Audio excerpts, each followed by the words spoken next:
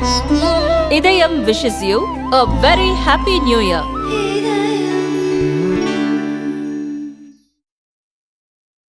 அண்ணா பல்கலைக்கழக சம்பவத்தில் தமிழக அரசு, காவல்துறை உண்மை நிலையை மூடி மறைக்க நினைத்தால் மக்களுக்கு செய்யக்கூடிய அநீதியாகும். ஜனநாயக முறையை கடைபிடித்து நியாயம் கேட்டு அமைதியான முறையிலே போராட்டம் நடத்துபவர்களுக்கு அனுமதி கொடுப்பது அரசினுடைய கடமை என்று குறிப்பிட விரும்புகிறேன்.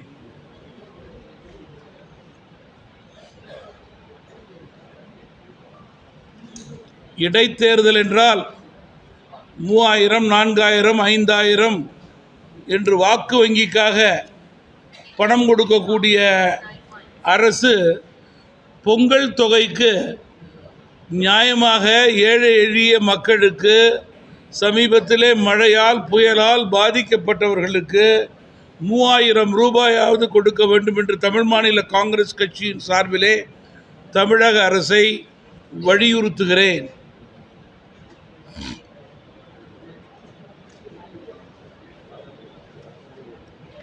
நேற்று அண்ணா பல்கலைக்கழக சம்பவத்தை கண்டித்து பாஜகவினுடைய மகளிர் அணி மதுரையிலே போராட்டம் நடத்தியது.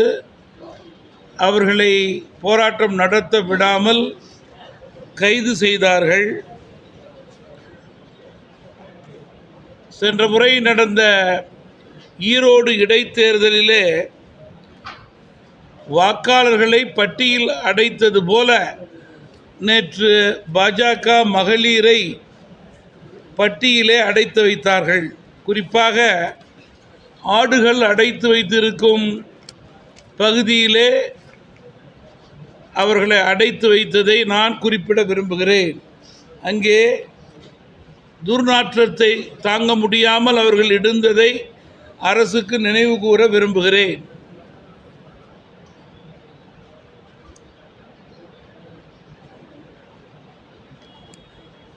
திமுக அரசினுடைய கூட்டணி கட்சியே, முக்கியமான கூட்டணி கட்சியே, அதுவும் அகில இந்திய கூட்டணி கட்சி திமுக அரசினுடைய அடக்குமுறை தவறுகளை நேரடியாக முதல்வரிடம் சுட்டி காட்டியிருப்பது ஆட்சியினுடைய தவறான போக்கை வெளிச்சம் போட்டு காட்டுகிறது என்று நான் குறிப்பிட விரும்புகிறேன்.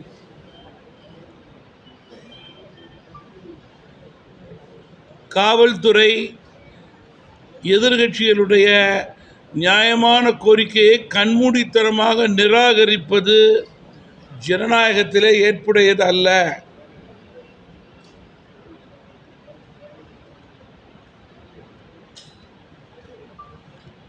சமீப காலங்களிலே மகளிர் நடத்தும் போராட்டங்களிலே தமிழகத்திலே மகளிருடைய மதிப்பை குறைக்கும் வகையிலே காவல்துறையின் மூலம் அரசு நடந்து கொள்கிறது. சென்னையிலே பாமக மகளிர் அணி மாநாடு, அதனுடைய பசுமை தாயத்தினுடைய தலைவர் ஆர்ப்பாட்டத்திலே கால் வைப்பதற்கு முன்னே கைது செய்யப்படுவது, மதுரையிலே பட்டியலே அடைப்பதெல்லாம் மகளிருடைய மதிப்பை குறைக்கும் செயல் என்று குறிப்பிட விரும்புகிறேன்.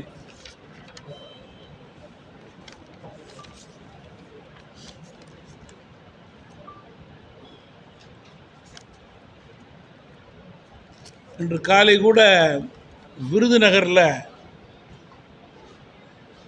பட்டாசு தொழிற்சாலையிலே வெடி விபத்து நடந்திருக்கிறது. தொடர்ந்து வெடி விபத்து நடந்து, இது மாவட்ட தலைவருங்க, விருதுநகரிலே பட்டாசு தொழிற்சாலையிலே தொடர்ந்து வெடி விபத்து நடப்பது வழக்கமாகி கொண்டிருக்கிறது. வெடி விபத்து நடந்தால் பாதிக்கப்பட்டவர்களுக்கு ஆறுதல், அவர்களுக்கு நிதி கொடுப்பது என்பது பழக்கமாகிவிட்டது. இந்த நிலை மாற வேண்டும். இதற்கு பதிலாக வெடி விபத்து இது போன்ற இடங்களிலே நடக்காத வண்ணம் அரசு முன்னெச்சரிக்கை நடவடிக்கைகளை உறுதி செய்து கொள்ள வேண்டும். தொடர் வெடி விபத்து நடக்கிறது, அதற்கு முடிவு கட்ட வேண்டும். ஆட்சியாளர்கள் தகுந்த நடவடிக்கை எடுக்க வேண்டும் என்று தமாகவினுடைய மரியாதைக்குரிய மாவட்டத்தினுடைய தலைவர் அவர்கள் எனக்கு ஒரு விண்ணப்பத்தை கொடுத்திருக்கிறார்கள்.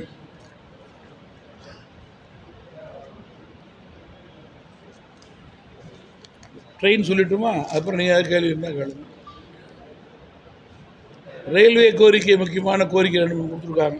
வண்டி எண் 2665 262066 திருநெல்வேலி சென்னை வந்தே பாரத் வண்டி 8 பெட்டிகள் மட்டுமே இணைக்கப்பட்டுள்ளது. பொதுமக்கள் நல்ல வரவேற்பு பெற்றுள்ளது. இந்த வண்டியில் கூடுதலாக 10 பெட்டிகள் இணைக்க வேண்டும். மதுரை கோட்ட மேலாளர் அவர்கள் இதை உடனடியாக கவனிக்க வேண்டும் என்று தமாக சார்பிலே வலியுறுத்துகிறோம்.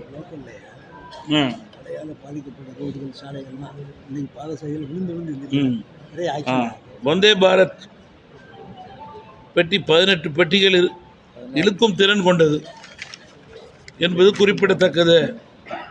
அதே போல் திருப்பரங்குன்றம் ரயில் நிலையத்திலே முதலாவது நடைமேடை நீளம் குறைவாக இருப்பதால் தூத்துக்குடி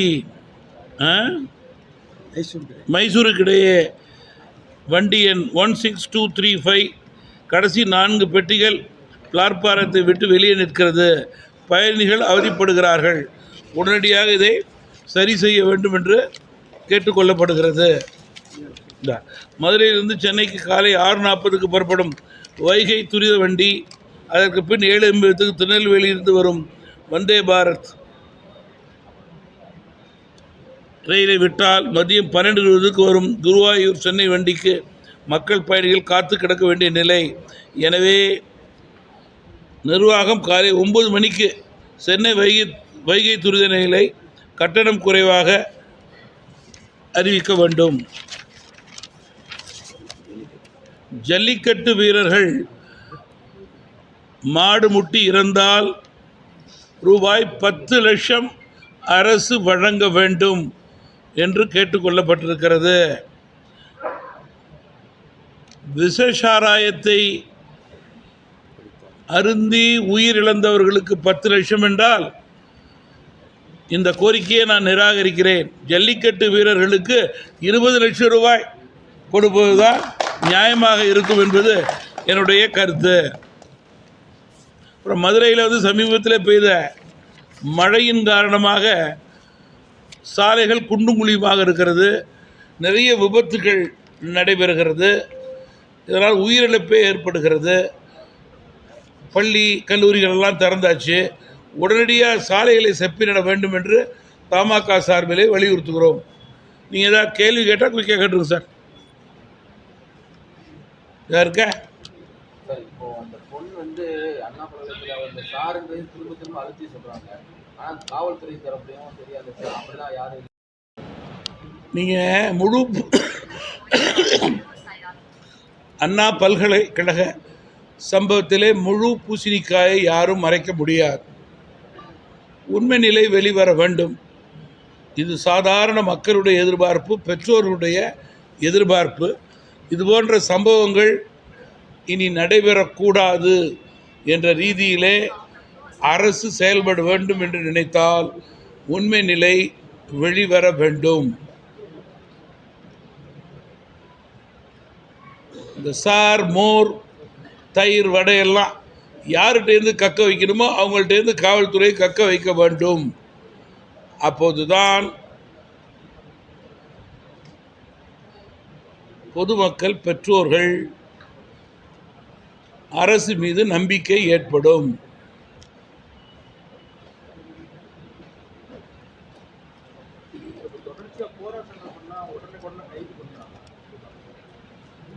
கைது நடவடிக்கை உடனே எடுக்கப்படுது.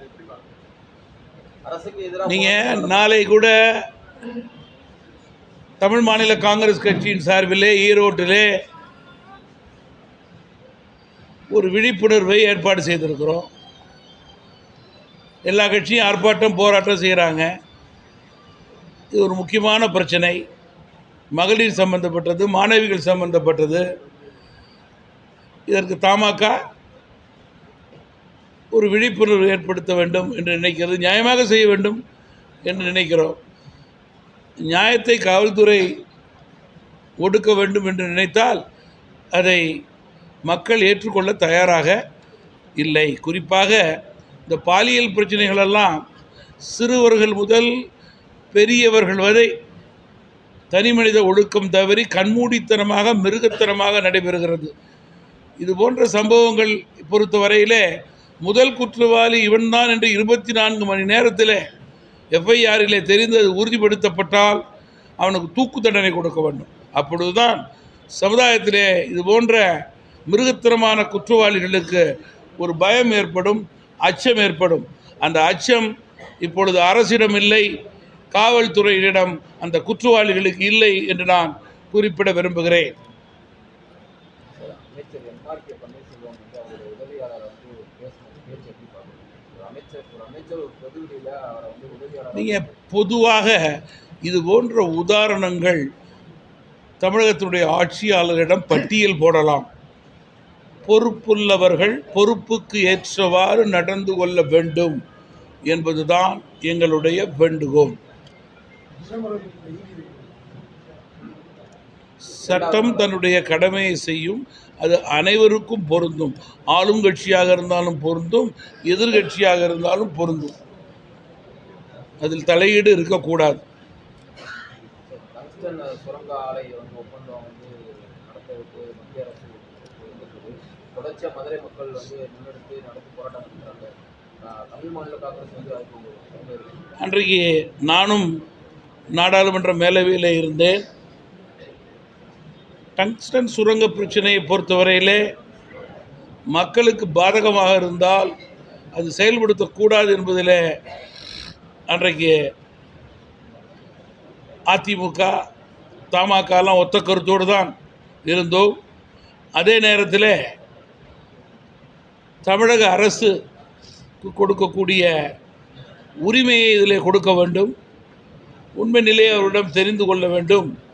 அவர்களை தாண்டி முடிவுகள் எடுக்கக்கூடாது என்று தான் நாங்கள் கூறினோம்.